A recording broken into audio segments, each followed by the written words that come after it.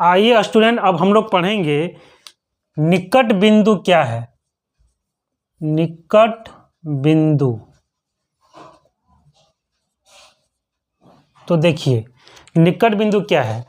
वह न्यूनतम दूरी है ना, जिस पर हमारा आंख जो है ना बिना कोई तनाव का, बिना कोई प्रेशर का किसी वस्तु को स्पष्ट देख सकता है, वह आंख का क्या होता है, निकट बिंदु होता है। क्या होता है, निकट बिंदु होता है।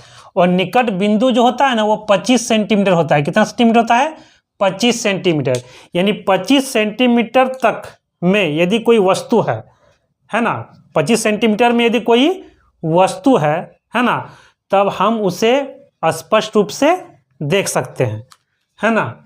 अब आइए हम लोग समझते हैं दूरबिंदु।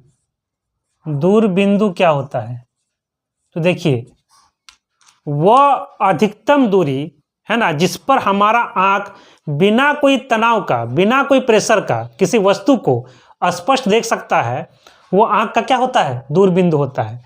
और ये दूरबिंदु अनंत होता है। क्या होता है, अनंत होता है ना। तो आपको समझ में आ गया होगा कि निकट बिंदु क्या है, दूरबिंदु क्या है। अब आइए समझते हैं वायुमंडलीय अपवर्तन। वायुमंडलीय अपवर्तन, देखिए हमारा जो पृथ्वी है वो चारों ओर से कौन घेर के रखा है ना, वायु। कौन घेर के रखा है, वायु। तो जब प्रकाश किरण है ना हमारे पृथ्वी के वायुमंडल में प्रवेश करती है ना, तो इसी वायु के चलते उसका अपवर्तन हो जाता है। क्या हो जाता है, अपवर्तन हो जाता है।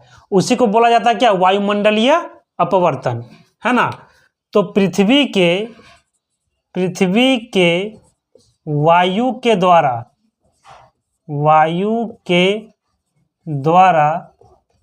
हुए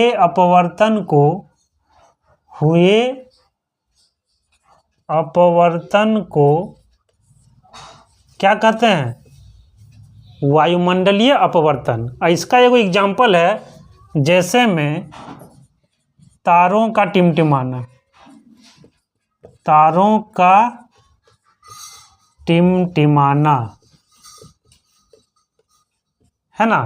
तारों का टिमटिमाना किसके चलते होता है, वायुमंडलीय अपवर्तन के कारण। आइए वायुमंडल अपवर्तन को और एक एग्जाम्पल समझें। जैसे हम और आपके बीच में जो वायु है ना, इस वायु को यदि गर्म कर दें, क्या कर दें, गर्म कर दें, तो आप हमको थोड़ा झिलमिलाता हुआ देखोगे। तो ये कैसे हुआ, वायुमंडलीय अपवर्तन कारण ऐसा हुआ। किसके चलते हुआ, वायुमंडलीय अपवर्तन के कारण। आइए आप समझेंगे तारों का टिमटिमाना कैसे होता है। आइए स्टूडेंट, अब हम लोग समझते हैं तारे क्यों टिमटिमाते हैं। तो देखिए ये आपका पृथ्वी है, ठीक है। इस पृथ्वी को चारों ओर से कौन घेर के रखा है, वायुमंडल, ठीक है। ये आपका वायुमंडल है, ठीक है। यहाँ पर कोई एक तारा है ना। तो होता क्या है ना, तारों से क्या होगा, प्रकाश किरण आएगा। तारों से प्रकाश किरण आया यहाँ पर, ठीक है। यहाँ ये वाला क्या है, निर्वात है। ये वाला क्या है, निर्वात है। यानी इसको हम लोग बोलेंगे विरल माध्यम, ठीक है। और ये वायुमंडल क्या है, सघन माध्यम। तो आप पढ़े होंगे जब प्रकाश विरल माध्यम से सघन माध्यम में प्रवेश करती है तो ये अभिलंब की तरफ क्या होती है, मुड़ जाती है। क्या होती है, मुड़ जाती है। तो यहाँ पर यदि हम एगो अभिलंब खींच दें, अभिलंब, ये आपका अभिलंब है, तो ये अभिलंब की तरफ क्या होगा, मुड़ जाएगा। ये अभिलंब की तरफ क्या हो जाएगा, मुड़ जाएगा, है ना।